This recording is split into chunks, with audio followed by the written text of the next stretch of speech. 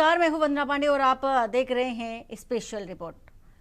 Special report में आज हम बात करेंगे देश की कुछ खास खबरों के साथ। आज हम सबसे पहले बात करेंगे योगी सरकार में दुग्ध उत्पादन के क्षेत्र में हुई प्रगति और इसे बढ़ाने के लिए लगातार हो रहे प्रयासों की। साथ ही देखिए बड़े बड़े दावे और स्वास्थ्य व्यवस्था की हकीकत। और चलते चलते बात यूपी में आसमान से बरस रही आफत के बीच प्रशासनिक लापरवाही की हकीकत की। तो चलिए अब हम चलते हैं खबरों के विस्तार में।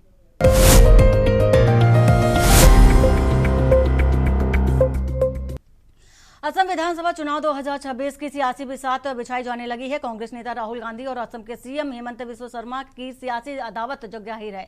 सीएम हेमंता ने एक समय राहुल गांधी को गिरफ्तार कर जेल भेजने की चुनौती दी थी, तो अब राहुल गांधी ने भी हेमंता को जेल भेजने का ऐलान करके असम की सियासी तपिश को और बढ़ा दिया है। देखें रिपोर्ट। असम में सियासी घमासान, कांग्रेस का खुला ऐलान, राहुल गांधी का जेल का जवाब जेल, हेमंता के खिलाफ खुली लड़ाई, राहुल ने सेट कर दिया असम चुनाव का टोन। असम चुनाव के लिए कांग्रेस ने कसी कमर। लोकसभा में नेता प्रतिपक्ष राहुल गांधी और कांग्रेस अध्यक्ष मल्लिकार्जुन खड़गे बुधवार को असम के एक दिवसीय दौरे पर पहुंचे थे, जहां पार्टी पदाधिकारी से मिलकर अगले साल होने वाले विधानसभा चुनाव का रोड मैप का खाका खींचा। गुवाहाटी में कई दौरे की बैठक कर कांग्रेस संगठन को मजबूत करने और भविष्य की योजनाओं पर चर्चा के बाद राहुल खड़गे ने 6 गांव में कार्यकर्ताओं को संबोधित करते हुए हेमंता और बीजेपी पर जमकर निशाना साधा। राहुल वर्सेस हेमंता में जेल बनाम जेल की लड़ाई।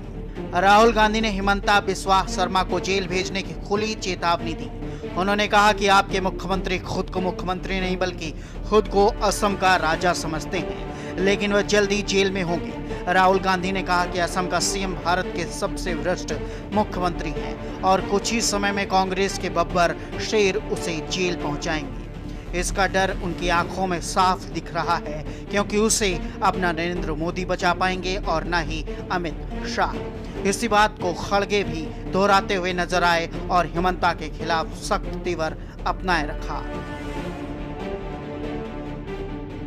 बीजेपी में अंतरिम मतभेद, अंदरूनी विवाद से बीजेपी में कमजोरी बढ़ रही। पुराने सदस्यों और नए कांग्रेस आयतकों में विवाद बना हुआ है। नेतृत्व चुनाव और पद नियुक्ति में कठिनाइयां। चुनाव से पहले बीजेपी के लिए कार्यकर्ताओं के सामंजस्य चुनौती बनी। असम में क्षेत्रीय दलों की स्थिति। एजीपी, एजेपी, रायजोर दल जैसे क्षेत्रीय दल अब कांग्रेस या बीजेपी के साथ गठबंधन के बिना खुद को स्थापित नहीं कर पा रहे हैं। 2021 में एजेपी ने 82 सीटें लड़ी, लेकिन कोई जीत नहीं। एजीपी को वोट शेयर में गिरावट हुई। कोई नया प्रमुख क्षेत्रीय नेतृत्व जन्म नहीं ले पाया। बीजेपी कांग्रेस में राजनीतिक एजेंडे को धार देने की होड़। आपको बता दें कि राहुल खड़गे के चाय गांव में कार्यक्रम से पहले हेमंता शर्मा ने एक एक्स पोस्ट कर कहा कि राहुल गांधी ने गुवाहाटी में एक बंद कमरे में हुई पार्टी बैठक में कहा कि लिख कर ले लीजिए, हेमंत बिस्वा शर्मा को जेल जरूर भेजेंगे। राहुल गांधी केवल इतना कहने के लिए असम आए, लेकिन वो खुद भूल गए कि वे कई मामलों में जमानत पर बाहर। राहुल गांधी पर निशाना साधते हुए हेमंता ने कहा कि मैंने सुना है कि आप नेशनल हेराल्ड घोटाले में 5000 करोड़ रुपए से अधिक के भारी भ्रष्टाचार के आरोपों में जमानत पर बाहर हैं। आपको भारत के सबसे भ्रष्ट कांग्रेस अध्यक्षों में से एक के रूप में याद किया जाएगा। आपको बता दें, इससे पहले भारत जोड़ो न्याय यात्रा के असम में एंट्री करते ही हेमंता और राहुल के बीच जमकर सियासी टकराव देखा गया था। उन्होंने भ्रष्टाचार किया है, उनके परिवार ने जो भ्रष्टाचार किया है उसका हिसाब उन्हें असम की जनता को देना पड़ेगा कि एक ना एक दिन कांग्रेस के जो बब्बर शेर हैं उन्हें जेल के अंदर डाल देंगे। जो गलत काम किए उनको कहां भेजना चाहिए? जेल। इसीलिए जेल का रास्ता, अब जेल अच्छे कर लो पहले ही, क्योंकि उसमें रहना है आपको। दरअसल राहुल गांधी की असम पुलिस के साथ जनवरी 2024 में टकराव हुआ था, जो हिमंता ने उनके खिलाफ एफआईआर दर्ज कराने के आदेश देने के साथ साथ लोकसभा चुनाव के बाद गिरफ्त करने और जेल भेजने की बात कही थी। अब यही बात राहुल गांधी कह रहे हैं। इस तरह से राहुल और हिमंता कैसे एक दूसरे को जेल भेजने की बात करके सूबे की राजनीतिक एजेंडे को धार देने का काम करते रहे। आपको बता दें, ऐसा लगता है कि असम में कांग्रेस की कमान गौरव गोगोई को सौंपने के बाद राहुल गांधी और मल्लिकार्जुन खड़गे असम की अपनी पहली यात्रा पर ही कांग्रेस का एजेंडा और असम का चुनावी टोन सेट कर दिया है। राहुल गांधी ने जिस आक्रामक अंदाज में हिमंता बिस्वा सरकार को अपने निशाने पर लिया है, उससे साफ है कि कांग्रेस असम में फ्रंट फुट पर उतरकर बीजेपी से दो हाथ करेगी। इसके अलावा असम का चुनाव भ्रष्टाचार के मुद्दे पर लड़ने का मन बनाया है। आपके चीफ मिनिस्टर अपने आप को चीफ मिनिस्टर नहीं समझते हैं, असम के राजा समझते हैं। और असम का राजा 24 घंटे कभी अदानी को, कभी अंबानी को आपका धन, आपकी जमीन देने में लगे हुए हैं। मगर अगर आप उनकी आवाज अच्छी तरह सुनोगे, टीवी में अगर आप उनको अच्छी तरह देखोगे, तो आपको पता लगेगा कि आवाज के पीछे डर है। बड़ी बड़ी बातें करते हैं, चिल्लाते हैं, मगर आप आज जाकर टेलीविजन पे उनका चेहरा देखना, उनकी आवाज सुनना, और आपको दिखेगा कि उनकी आवाज में, उनके दिल की गहराई में डर है। क्योंकि वो जानते हैं कि एक ना एक दिन कांग्रेस के जो बब्बर शेर हैं, उन्हें पकड़ के जेल के अंदर डाल देंगे। विशेषज्ञों के मुताबिक राहुल गांधी ने हिमंता बिस्वा शर्मा के खिलाफ सख्त तेवर अपनाकर पार्टी नेताओं और कार्यकर्ताओं के गिरते मनोबल को दोबारा से बढ़ाने का काम किया है। यही वजह है कि उन्होंने कहा कि कांग्रेस की सरकार बनेगी तो हिमंता बिस्वा शर्मा को जेल भेजेंगे। राहुल गांधी ने एक नई टीम बनाई है, काम शुरू हो चुका है और जनता जल्द ही इसके नतीजे देखेगी। राहुल ने कार्यकर्ताओं को पार्टी की रीढ़ बताते हुए उन्हें शेर और शेरनिया कहा। इससे पार्टी कार्यकर्ताओं के उत्साह को बढ़ाने की रणनीति है, क्योंकि 9 साल से कांग्रेस सत्ता से बाहर है। जाहिर तौर पर हाल के दिनों में असम में सियासी घमासान तेज हुआ है। अब राहुल गांधी के तेज वॉर से भाजपा को करारा विरोध का सामना करना पड़ सकता है। बता दें कि 2026 में होने वाले विधानसभा चुनाव से पहले ये टकराव और बढ़ेगा। भारी चुनावी रैलियां, भूमि, भ्रष्टाचार, मतदाता सुरक्षा जैसे मुद्दों पर दोनों दल सक्रिय जनसंपर्क और सोशल मीडिया रणनीति के जरिए जनता को प्रभावित करेंगे। स्पेशल डेस्क, के न्यूज़ इंडिया। उत्तर पश्चिम भारत, बिहार, पूर्वी उत्तर प्रदेश और झारखंड में 2 पश्चिमी विक्षोभ सक्रिय है और निम्न दबाव के क्षेत्र में भी बने हैं। मौसम संबंधित इन प्रणालियों के प्रभाव से देश भर में बारिश हो रही है, जिसके अगले कुछ दिनों तक भारी बारिश जारी रहने की संभावना है। रिपोर्ट देखिए। पश्चिमी विक्षोभ सक्रिय, बारिश का सिलसिला जारी। उत्तर प्रदेश, भारत, बिहार और पूर्वी उत्तर प्रदेश और झारखंड में 2 पश्चिमी विक्षोभ सक्रिय हैं और निम्न दबाव के क्षेत्र में भी बनी हैं। मौसम संबंधी इन प्रणालियों के प्रभाव से देश भर में बारिश हो रही है, जिसके अगले कुछ दिनों तक जारी रहने की संभावना है। बता दें कि देश भर में मानसून अपने चरम पर है। दिल्ली एनसीआर में उमस भरी गर्मी के साथ साथ लोगों के बीच बीच में बारिश भी देखने को मिल रही है, लेकिन दोपहर के वक्त तेज धूप की वजह से लोगों को गर्मी का भी एहसास हो रहा है। दक्षिण पश्चिम मानसून पूरे देश में सक्रिय है और इसके प्रभाव से झमाझम बारिश भी हो रही है। दिल्ली के अलावा पंजाब, हरियाणा, यूपी, उत्तराखंड, राजस्थान समेत पूरे उत्तर भारत में अगले 1 सप्ताह तक हल्की से मध्यम बारिश के आसार बने रहेंगे। ये भाई परसों 9 तारीख को रात को बारिश हुई थी, उसकी वजह से ये सारा पहाड़ का चौगदाई का पानी आ गया और एक इस साइड से आता नाला। तो बारिश इतनी भयंकर हुई थी, खेत, नदी, नाला सब गाँव में, घरा में भी पानी भरा हुआ है, फसलों में भी नुकसान से इतनी भयंकर बारिश बड़ा बुजुर्ग कैसे हम तो बहुत साल पहले देखी थी, क्या अब की बारी हुई है।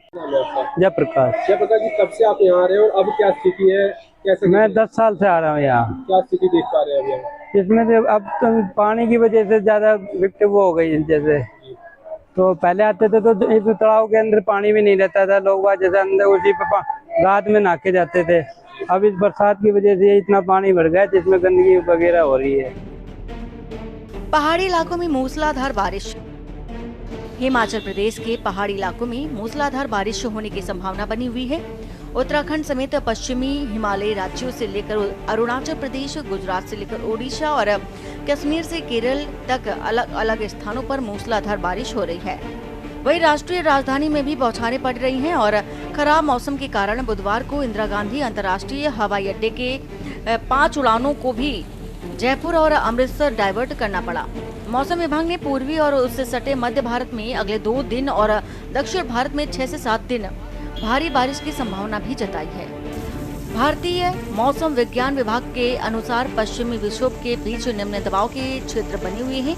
मौसम संबंधी इन प्रणालियों के प्रभाव से ही देश भर में बारिश हो रही है, जिसके अगले कुछ दिनों तक जारी रहने की भी संभावना है। बुधवार को उत्तराखंड, कोकण और मध्य महाराष्ट्र के घाट क्षेत्र में भी कई स्थानों पर अत्यधिक वर्षा हुई है, जिसकी मात्रा 21 सेंटीमीटर तक मापी गई। झारखंड, बिहार, छत्तीसगढ़, मेघालय में 7 से 20 सेंटीमीटर, उप हिमालयी पश्चिम बंगाल और उड़ीसा, पूर्वी मध्य प्रदेश, राजस्थान, गुजरात, अरुणाचल प्रदेश, मिजोरम, केरल, कर्नाटक और तटीय आंध्र प्रदेश में भी अलग अलग स्थानों पर 7 से 11 सेंटीमीटर वर्षा दर्ज की गई।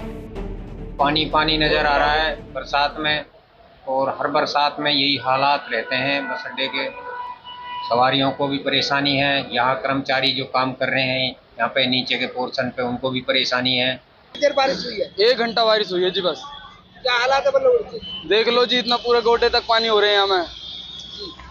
खर्च किए जाते हैं हर बार, साफ सफाई के दावे किए जाते हैं। पूरे पैसे खर्च होते हैं, गवर्नमेंट पूरे पैसे खर्च करती है। देख लो जी हालत क्या हो रहा है जी फरीदाबाद का, बल्लभगढ़। ये हुई थी 40 मिनट। क्या हालात है इस समय? पानी भरा हुआ अड्डे में जी। हर साल भरता है या अभी की बार भरा? हर साल ही भरता है। क्या रोडवेज, क्या सरकार, क्या प्रशासन कोई भी सोचता है इंजन चला रखे, बरसात हो जाती है, पानी भर जाता है। मौज कर रखी है सारे में, पूरे बल्लभगढ़ में बारिश में पानी भरा पड़ा है। पानी भरा पड़ा है? हाँ, समस्याएं आ रही है? समस्या तो बहुत ज्यादा है, क्या कर सकते हैं। क्योंकि हर बार जो है बजट बनाया जाता है मानसून से पहले साफ सफाई को लेकर के, क्या कहेंगे? अरे देखो, बारिश का बजट के बारे में मेरे को जानकारी ज्यादा है ना। बुरा हालात है जी, पूरे बस अड्डे में पानी भरा हुआ है, ना कहीं बसें लगने की जगह है, ना यात्रियों को बैठने की जगह है। और ये बाहर से जो मेन रोड का पानी है वो भी आ रहा है, कुछ बस अड्डे का पानी है, कुछ बाहर से जो मेन रोड का पानी है वो जबरदस्त आ रहा। अभी गेट से मैं आया हूँ। आपको बता दें कि इस समय उत्तर प्रदेश में गंगा और यमुना सहित कई नदियों का जल स्तर बढ़ता जा रहा है। खास कर वाराणसी, बलिया, प्रयागराज, शामली जैसे जिलों में बाढ़ का खतरा बना हुआ है। आईएमडी ने भारी बारिश की चेतावनी जारी की। समय समय पर अलर्ट स्तर बदल सकता है। प्रशासन एनडीआरएफ, एसडीआरएफ तैयार है, और लेकिन सतर्कता, सावधानी और सरकारी दिशा निर्देशों का पालन बेहद जरूरी है। यूपी में बाढ़ से प्रभावित जिले गोरखपुर, बलिया, देवरिया, आजमगढ़, संत कबीर नगर, बहराइच, लखीमपुर खीरी, श्रावस्ती, पीलीभीत, प्रयागराज, वाराणसी, कानपुर, फतेहपुर। जानकारी थी? जी नहीं, बिल्कुल कोई जानकारी नहीं थी। अचानक पानी का बहाव बहुत ज्यादा काफी तेजी से हो गया, जो हम लोग को जानवर पानी में एकदम गाय भैंस डूबने लगी, और किसी तरह हम लोग निकाले हैं उसको। सर अब देख लीजिए आप, यहीं किसी तरह फील्ड में रखे हुए हैं, घर में पानी घुसी हुई है। इसके बारे में कुछ भी सूचना नहीं थी। कब से ये पानी का स्तर बढ़ रहा है? वही करीब 11 नहीं, 2 करीब में 2 बजे से लगातार बढ़ते जा रहा है। क्या लग रहा है कि और बढ़ने का बढ़ रही है सर, बढ़ रहा है पानी, और हम लोग को काफी दिक्कत हो रही है। घर में अब रात में और पानी होती है, बढ़ती है आगे, तब गाय भैंस और हम लोग रहेंगे कहाँ रहते हैं? और जल स्तर जो बढ़ा है कितना? रोड पे है इसी तरह सर। यह कुंवर सिंह कॉलोनी है, 22 नंबर वार्ड, हनुमान मंदिर के प्रांगण अखड़ा। और यहाँ पर 2013 ईस्वी के बाद से ऐसा जलस्तर हम लोग देखने के लिए नहीं मिला। जलस्तर में काफ़ी वृद्धि है, और यहाँ के आसपास के खटाल के रहने वाले लोग सभी लोग भयभीत हैं। बिजली भी कट चुका है, बच्चे लोग को पढ़ने लिखने में भी काफ़ी परेशानी हो रही है। ये ट्रांसफार्मर पानी के अंदर में ही ग्रसित है। माँ दुर्गा का प्रतिमा के अंदर में पानी घुस गया है। क्या कोई सूचना पूर्व से थी आप लोगों को? ऐसी कोई सूचना नहीं है। इतना ना पानी में वृद्धि हुआ, जल इतना ना हो रहा है कि यहाँ हम लोग काफी ग्रसित हैं। बाढ़ से बचाव और समाधान। जल निकासी व्यवस्था का सुधार, जलाशयों, डैम और बैराजों की निगरानी, चेतावनी और alert system, rain water harvesting को बढ़ावा देना, ऊंचाई वाले स्थान पर रहन, जरूरी सामान जैसे दवाइयां, पानी, टॉर्च तैयार रखना, सरकार और प्रशासन के निर्देशों का पालन करना। बता दें कि जम्मू कश्मीर में कई हिस्सों में तेज बारिश हो रही है। राजौरी में भूस्खलन से कई मार्ग बंद हो गए हैं। रास्तों को बहाल करने के लिए प्रशासनिक अमले को पसीना आ गया। बताया जा रहा है कि श्रीनगर समेत कश्मीर में अन्य कई जिलों का दिन रात का पारा लगभग बराबर हो गया है। जम्मू में भी बारिश से गर्मी से राहत मिली है। मौसम विज्ञान केंद्र श्रीनगर के अनुसार 23 जुलाई तक कुछ हिस्सों में भारी बारिश हो सकती है। इससे बाढ़, भूस्खलन और पहाड़ों से पत्थर गिरने का भी खतरा बना रहेगा। हालांकि मूसलाधार बारिश के बावजूद श्रद्धालुओं की उत्साह में कमी नहीं आई और पैदल मार्ग से बड़ी संख्या में श्रद्धालु श्री माता वैष्णो देवी के मंदिर भी पहुंच रहे हैं। स्पेशल डेस्क के न्यूज इंडिया। और रुकते हैं यहाँ पर छोटे से ब्रेक के लिए। ब्रेक के बाद जल्द वापस आते हैं। मुख्यमंत्री योगी आदित्यनाथ ने फरवरी माह में संकल्प लिया है कि जिस तरह से वन डिस्ट्रिक्ट वन प्रोडक्ट पर काम किया जा रहा है और उसी तरह वन डिस्ट्रिक्ट वन रिवर पर भी काम किया जाएगा। इसके लिए मुख्यमंत्री योगी आदित्यनाथ ने जिले के जिलाधिकारी और जनप्रतिनिधियों को जिम्मेदारी दी है और कहा है कि सभी प्रतिनिधि अपने क्षेत्रों में पहचान खो चुकी नदियों की पुनरुद्धार कराएं और जिला प्रशासन इसमें हर संभव मदद करेगा। देखें रिपोर्ट। मुख्यमंत्री योगी आदित्यनाथ की एक जिला एक नदी की योजना पुरानी संस्कृति और विरासत को फिर से जीवित करने की है। इसके चलते यूपी के 75 जिलों में हर उस नदी को खोजने की शुरुआत हुई जिनमें कोई न कोई अपना एक इतिहास है। राजस्व विभाग के साथ जिला प्रशासन ने नदियों के पुराने नक्शों को खंगालना शुरू कर दिया है, जिसमें जिले के जनप्रतिनिधि भी अपनी भूमिका को आगे करने में जुट गए हैं। को जीवनदायिनी कहा गया है। गंगा को माँ कहते हैं, यमुना को माँ कहते हैं, नर्मदा को माँ कहते हैं। नदी को जो संज्ञा दी गई है वो माँ की दी गई है। तो ये हमारा धर्म कहता है कि हम अपनी की माँ की रक्षा भी करें, उसको सहेज के रखें। ये हमारी संस्कृति है, ये हमारे जीवन का आधार है और हमारी जो भारतीय संस्कृति है उसमें नदियों को जो महत्व दिया गया है वो भगवान के बराबर दिया गया है। तो आज बहुत सारी ऐसी नदियाँ थीं जो विलुप्त होती जा रही थी। जनसंख्या का दबाव बढ़ा, पॉपुलेशन जब बढ़ती है तो संसाधन चाहिए, उसी में नदियों का ह्रास होता चला गया और नदियां जो है आज समाप्त होने की ओर आ गई। तब माननीय योगी आदित्यनाथ जी ने ये संकल्प लिया, सरकार ने ये प्रण लिया कि सब लोग मिलकर के टीम भावना के साथ एक जिला एक नदी, और नदी जो हमारी समाप्त होती जा रही हैं उनका जीर्णोद्धार करेंगे, उनको पुनर्जीवित करेंगे। आपको बता दें कि जिले की वो नदियां जो आज के समय में अपने अस्तित्व को खो चुकी हैं, जिनका अपना कोई इतिहास है और धार्मिक धरोहर के रूप में भी कभी जानी जाती थी, उन नदियों की तलाश सबसे पहले शुरू की गई है। योगी सरकार की इस पहल से कई जिलों में नदियों का पुनरुद्धार शुरू कर दिया गया है। उसे नदी की अपनी संस्कृति और धार्मिक मान्यता को फिर से उठाने की कोशिश शुरू कर दी गयी। बड़ी समस्या है, योजनाएं बड़ी कारगर, उपयोगी, जो जनता को भी राहत देती हैं, आर्थिक पक्ष को भी मजबूत करती हैं। योजनाएं तो बनती हैं लेकिन उनका 100% या सफल क्रियान्वयन नहीं हो पाता। ये उत्तर प्रदेश की विडंबना है। इससे पहले आ जाइए, मुझे याद है कि जब योगी जी मुख्यमंत्री बने थे तो उन्होंने कहा था 1 डिस्ट्रिक्ट 1 प्रोडक्ट, लेकिन जो ऐसे प्रचलित थे जैसे अलीगढ़ का ताला हो, मुरादाबाद की पीतल हो, ये सारे ऐसे जहाँ स्थापित उद्योग थे, उन उद्योगों में तो वहाँ थोड़ा सा संशोधन करके, थोड़ा सा विकास करके, थोड़ी चीज़ें और डेवलप करके, सुविधाएं देके कर दी गई।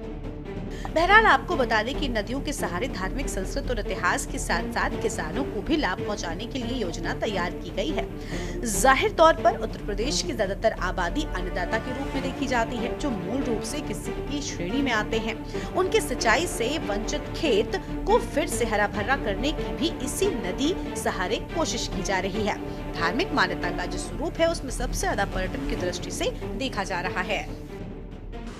देखिए, भारत तो सनातन देश है, सनातन धर्म का देश है और यहाँ का हर वासी मथुरा वृंदावन से आता हूँ, वहाँ बिहारी जी के दर्शन करने लोग आते हैं तो यमुना मैया का आचमन भी करते हैं, उसके दर्शन भी करते हैं, वहाँ पे स्नान भी करते हैं। बहुत बदतर स्थिति थी पहले तो यमुना जी की, आज उसमें वहाँ सफाई हुई है, वहाँ ट्रीटमेंट प्लांट लगे हैं, पानी गंदा उसमें नहीं जा रहा, तो पर्यटन का विकास हो रहा है। नदी के किनारे लोग जाते हैं, वहाँ दुकान डेवलप हुई हैं, वहाँ बाजार डेवलप हुआ है।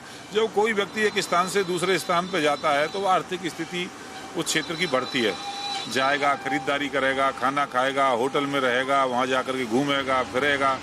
तो पर्यटन से पैसा, पर्यटन से टैक्स, पर्यटन से क्षेत्र की उन्नति, पर्यटन से प्रदेश की उन्नति, पर्यटन से देश की उन्नति, ये पर्यटन बहुत बड़ा माध्यम हो सकता है। ये पर्यटन बहुत बड़ा।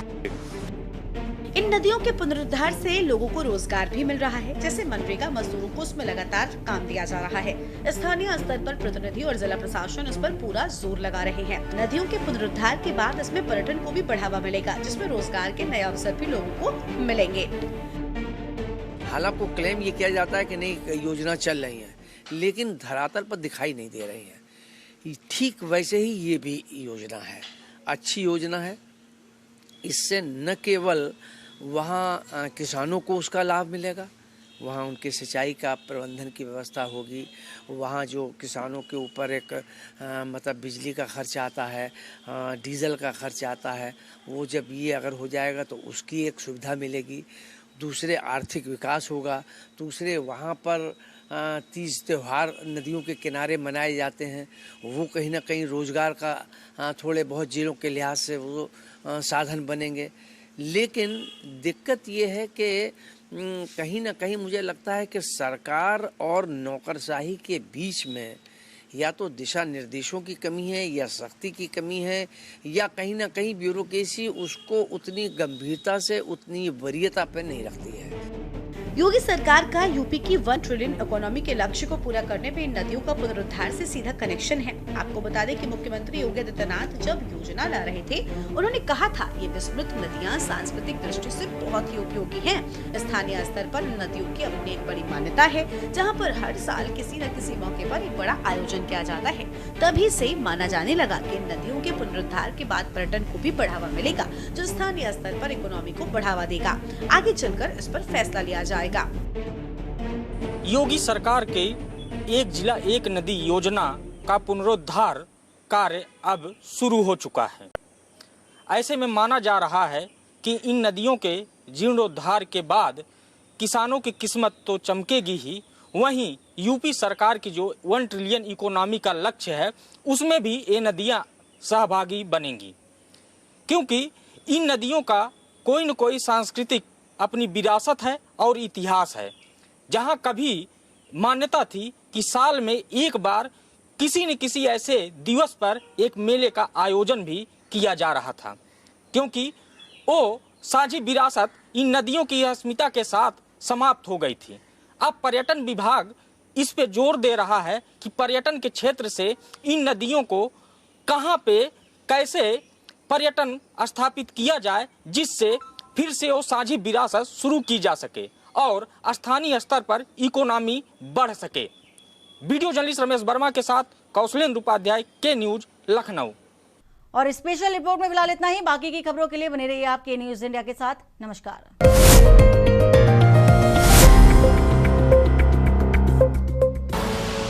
आप देख रहे हैं के न्यूज, खबरों का सारथी।